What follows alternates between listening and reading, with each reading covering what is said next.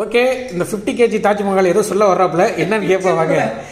நான் பார்த்தீங்கன்னா இப்போ வந்து காலையில் பிரேக்ஃபாஸ்ட் வந்து செம ஹெல்த்தியாக இவங்களுக்கு கொடுக்கணும் அப்படின்றதுனால என்ன பண்ணியிருக்கேன்னா நாட்டுக்கோழி முட்டையை வந்து அவிச்சிருக்கேன்.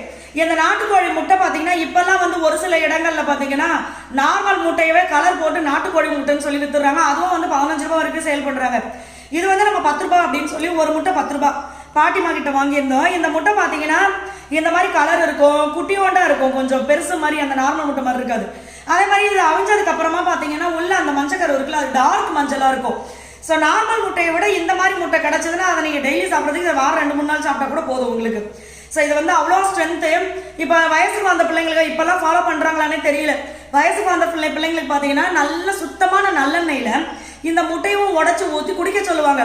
குடிக்கும் போது அப்படி வருவாங்க, ஏன்டா என் உசுரை எடுக்கிறீங்க, ஆண்டனா இப்பயே என்னை வயசுக்கு வர வச்சு அப்படின்னு இருக்கும். ஆனால் என்னன்னா அதெல்லாம் குடிச்சோம்னா நம்மளுடைய எலும்புக்கு, இடுப்புக்கு, கை கால்களுக்கு எல்லாமே நல்லது. அதனால வந்து இதை வந்து குடிச்சிருங்க, யாரும் வேண்டாம்னு சொல்லாமல். இன்னொன்று பார்த்தீங்கன்னா அந்த கருப்பு உளுந்துல வந்து களி செய்யணும். வெள்ளை உளுந்த நீங்கள் ஊற வச்சோ இல்லை கருப்பு உளுந்த ஊற வச்சோ அதை கொலன்னு அரைச்சி அதில் நீங்கள் எண்ணெயை ஊற்றி கிண்டி கொடுத்தீங்கன்னா சாப்பிடவே முடியாது. ஆனால் அதே நீங்கள் உளுந்த வந்து கருப்பு உளுந்த வறுத்துடணும், செவக்க நல்ல வாசனை வரும். வறுத்து பொடி பண்ணிட்டு அந்த பொடியை தூக்கி நல்லெண்ணெயில் போட்டு நல்லா வறுத்துட்டு கருப்பட்டியோ இல்லை வெள்ளத்தையோ கரைச்சி ஊற்றி சுக்கு ஏலக்காய் போட்டு நீங்கள் அப்படியே பரட்டி கொடுத்தீங்கன்னு வச்சுக்கோங்க, அல்வா மாதிரி நல்லா சாப்பிடுவாங்க, தேவையான சத்தும் கிடைச்சிரும். ஆமா, இது குழந்தைங்கலேருந்து பெரியவங்க, அதாவது ஆண்களும் இதை நிறைய எடுத்துக்கலாம். ஏன்னா அவங்களுக்கு தான் நீ பாதி பேருக்கு என்ன நடக்கும்போது முட்டில கிரு முருன்னு சவுண்டு வருது, உட்காந்தா டோர் இழுத்து சாத்துறோம் மாதிரி சவுண்ட் வந்துட்டு இருக்கு.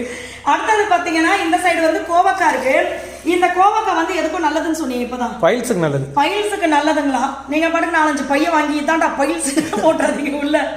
இப்போ அது வந்து நம்ம நிறைய பேர் என்னன்னா பஜ்ஜி மாவை போட்டு நல்லா கிண்டி எண்ணெயில போட்டு புருன்னு பொறிச்சு சாப்பிட்றாங்க. அப்படியெல்லாம் சாப்பிடக்கூடாது, நம்மளுக்கும்.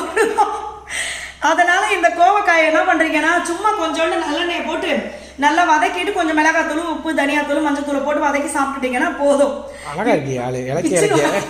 சொல்லிட்டேன் டேய் போங்கடா, நீங்க புகழ்ச்சினாவே தெரியும் எங்களுக்கு. அடுத்து பாத்தீங்கன்னா நேத்து வச்ச மீன் குழம்புன்னு நினைச்சுக்காதீங்க, நேத்து வச்ச சாம்பாரும் நேற்று வச்ச சாப்பாடும் மீதி இருக்கு. அதை இப்போ நம்ம சாப்பிட்டுட்டு சைட் டிஷ் மட்டும் இவங்களுக்கு வந்து இதை செஞ்சு கொடுக்க போறேன். ஸோ நீங்களும் பார்த்தீங்கன்னா நாட்டு முட்டை என்னன்னா முன்னாடி மீடியம் சைஸ் ட்ரெஸ்ஸை போட்டு எனக்கு கிண்டல் பண்ணியிருந்தா, இப்போ ஸ்மால் சைஸ்லாம் எடுத்து மாட்டிட்டு ரொம்ப நக்கல் பண்ணுறாங்க. சொல்லுவீங்க மக்களே, நானும் உடம்பை வந்து ஃபிட் ஆக்கிடுவேன், பாடி பில்டர் ஆகிடுவேன் சொல்லுவேன். நான் பார்த்தீங்கன்னா மகி கிட்ட வந்து ஒரு விஷயம் சொல்லியிருக்கேன். கல்யாணம் புதுசுல என்னைய லபக்குன்னு தூக்குவாரு, இப்போ தூக்குனாவே பயப்படுறாரு.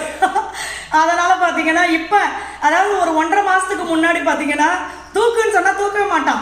இப்போ பார்த்தா ஒரு வீடியோல கூட என்னை தூக்கியே காமிச்சிருப்பாரு இவரு, வைஷ்ணு இவங்க எல்லாம் வந்த வீடியோல.